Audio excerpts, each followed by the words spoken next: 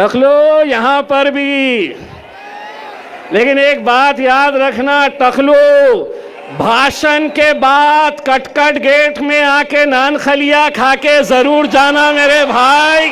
Hello दोस्तों, उम्मीद है आप सब खैरियत से हैं। जैसे कि आप जानते हैं, इम्तियाज जलील साहब, आखिरकार इनको कौन नहीं जानता, आपने देखा होगा। और अकबरुद्दीन ओवैसी साहब को कौन नहीं जानता। आखिरकार आप देख रहे हैं कि जिस तरह से चोटे को कौन नहीं जानता। आखिरकार ये छोटा ऐसा है, असदुद्दीन ओवैसी साहब ने बताया कि अगर मैं इसको छोड़ दूं तो सब कुछ हो सकता है। लेकिन दोस्तों, आप जानने की कोशिश करें, आप बहुत ज़्यादा समझदार हैं। लेकिन आप जानते हैं जिस तरह से आखिरकार औरंगाबाद में इम्तियाज जलील साहब अपना बयान दे रहे हैं, जैसे कि आप तस्वीर में देख सकते हैं। लेकिन हम मुसलमानों के लिए बड़ी ही कामयाबी की बात है। लेकिन अफसोस की बात यह है कि हम अपने एक मुस्लिम लीडर को, आखिरकार जो हमारे लिए जो अच्छा कार्य करता है, उसको हम चुन नहीं सकते। आखिरकार क्यों ऐसा अफसोस वाली बात मेरे दोस्तों हम मुसलमान कर रहे हैं। लेकिन मैं यही कहने की कोशिश करूँगा कि कोई भी लीडर हो, कोई भी कार्यकर्ता हो, आप लोग ऐसा कार्यकर्ता चुने, चाहे वो आपके ज़िले का हो या आपके एरिया में लगता हो। तो दोस्तों, आप जो है ना, अपना ऐसा कार्यकर्ता चुने जो आपके हमेशा काम आ सके। लेकिन दोस्तों, बताया जा रहा है कि जिस तरह से इम्तियाज जलील साहब ने मुसलमानों का दिल जीत रखा है, उसके बारे में हम कुछ बात कर लेंगे। लेकिन जैसे कि आप देख रहे हैं, महाराष्ट्र में जिस तरह से इम्तियाज जलील साहब हज़ारों लोगों का काफ़िला लेकर पहुँचे थे, उस बात को तो हर कोई जानते हैं। लेकिन आप भी जानते हैं कि आप नहीं जानते इम्तियाज जलील साहब को। आप जैसे तस्वीर में देख सकते हैं, ये वही इम्तियाज जलील साहब हैं जो हज़ारों का काफ़िला लेकर महाराष्ट्र पहुँचे थे।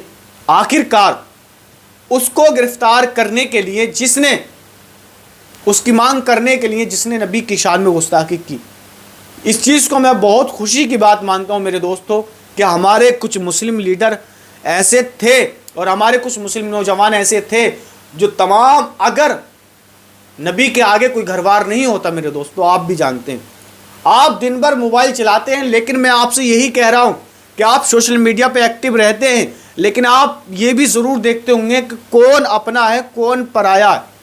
क्या दोस्तों, क्या आप नहीं जानते किस तरह से मुसलमानों को परेशान करने की साजिशें रची जा रही है, उनके इंतज़ामात किए जा रहे हैं। आखिरकार किसी तरह से मुसलमानों को या मुसलमानों की महिला को या मुसलमानों की शहजादियों को परेशान किया जाए, या किसी तरह से उनको अपने जाल में फंसाया जाए, उनको उस्काया जाए, उनको लब के चक्कर में उनको फंसाया जाए। मैं उन महिलाओं से, उन बच्चियों से कहने की कोशिश कर रहा हूँ जो यूनिवर्सिटीज़ में पढ़ रही हैं या बड़े कॉलेज में अपनी तालीम हासिल कर रही है। तो इसी तरह की मुहिम ये लोग चलाते हैं और हमें परेशान करने की कोशिश करते हैं। क्या आप नहीं जानते, आप इस शख्स को नहीं जानते, असदुद्दीन ओवैसी साहब को? आखिरकार कोई भी ऐसा मुद्दा आता है तो सबसे पहले अगर कोई मुस्लिम लीडर आवाज़ उठाता है तो वो असदुद्दीन ओवैसी साहब है। लेकिन आपने देखा होगा कि अगर छोटा खामोश है तो बड़ा ही काफ़ी होता है सबके लिए।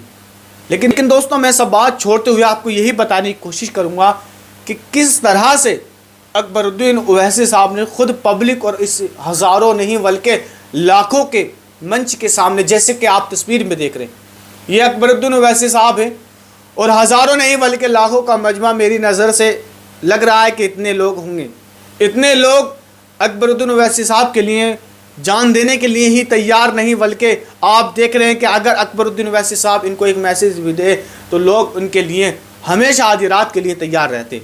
तो इसी तरह से देखा जा रहा है कि अकबरुद्दीन ओवैसी साहब ने कुछ चंद मिनट अपना बयान दिया और उसमें लोग आखिरकार तालियां और शोर इतना मचा रहे हैं कि आखिरकार वाकई अकबरुद्दीन ओवैसी साहब के साथ है।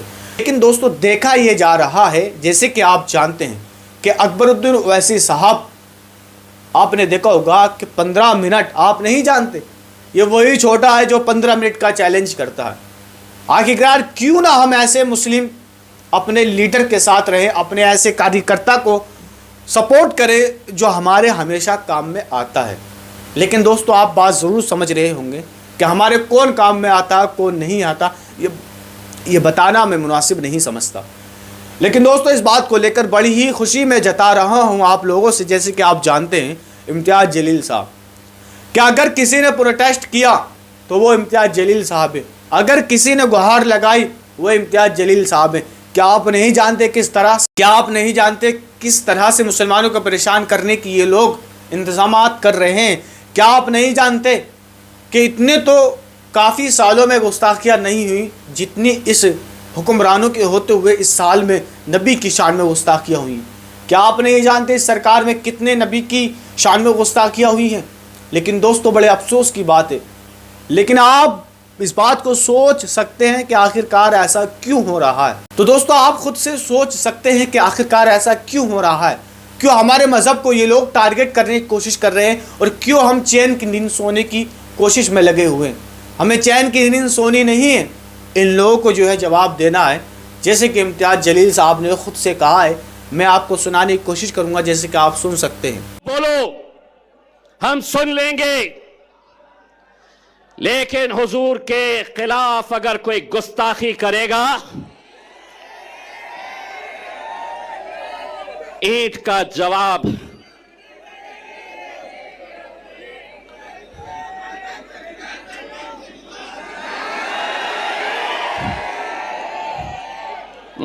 पुलिस वाले देख रहे मेरी तरफ, बोलता क्या पत्थर बोलता क्या? पत्थर बोला कि केस होता मेरे ऊपर। तो मैंने भी क्या बोला, ईंट का जवाब। लेकिन दोस्तों, सुना इम्तियाज़ जलील साहब ने क्या कहा? लेकिन बड़े अफसोस की बात है कि मुसलमान सोया हुआ है। तो आपसे मैं यही कहने की कोशिश करूंगा कि अगर आप चाहते हैं कि हमारा कार्यकर्ता ऐसा हो, मैं उन लोगों से भी कहने की कोशिश कर रहा हूं जो लोग औरंगाबाद के ही देख रहे हैं, जिस सीट से वहाँ से अकबरुद्दीन ओवैसी साहब की एंट्री हो चुकी है कई महीनों के बाद, और इम्तियाज़ जलील साहब भी औरंगाबाद की ही सीट से हैं। लेकिन दोस्तों, बताया जा रहा है कि आप लोग सपोर्ट करें और आप अपना ऐसा कार्यकर्ता चुनें जो आपके हमेशा काम में आ सके। और यही नहीं, मैं अपने मुसलमानों से यही कहने की कोशिश कर रहा हूँ कि आप समझदार हैं और समझदार के लिए ही बताना ही काफ़ी होता है। तो दोस्तों, आपको ये वीडियो कैसा लगा आप कमेंट करके ज़रूर बताना और वीडियो को शेयर ज़रूर करना, क्योंकि ताकि अगर किसी ने परेशानियां अगर झेली हैं ना, तो सबसे ज़्यादा तो मुसलमानों ने झेली हैं, हमारी मुस्लिम महिलाओं ने झेली है। बड़े ही अफसोस की बात है कि अब वो चैन की नींद क्यों सो रहे हैं।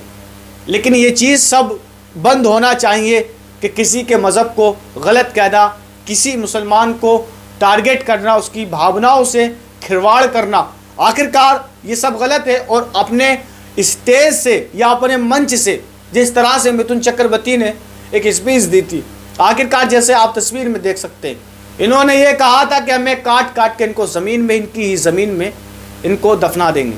आखिरकार ऐसे लोग क्यों हार्ड स्पीच देते हैं, क्यों मुसलमानों को ये भड़काने की कोशिश करते हैं? तो दोस्तों, ऐसा काम नहीं चलने वाला। आप ज़रूर जानते हैं कि मुसलमान ऐसा हरगिज़ नहीं करता कि किसी की भावना को ठेस पहुँचाए, या किसी के कार्यकर्ता हो या किसी का मज़हब या दीन देवी देवता हो उसको गलत सलत नहीं कहते। लेकिन आखिरकार ऐसे नमूने कहाँ से आते हैं? तो दोस्तों, आप कमेंट करके ज़रूर बताना और आपकी राय क्या है वो जानने के लिए मैं तैयार हूँ। आप कमेंट में अपनी राय ज़रूर लिखना।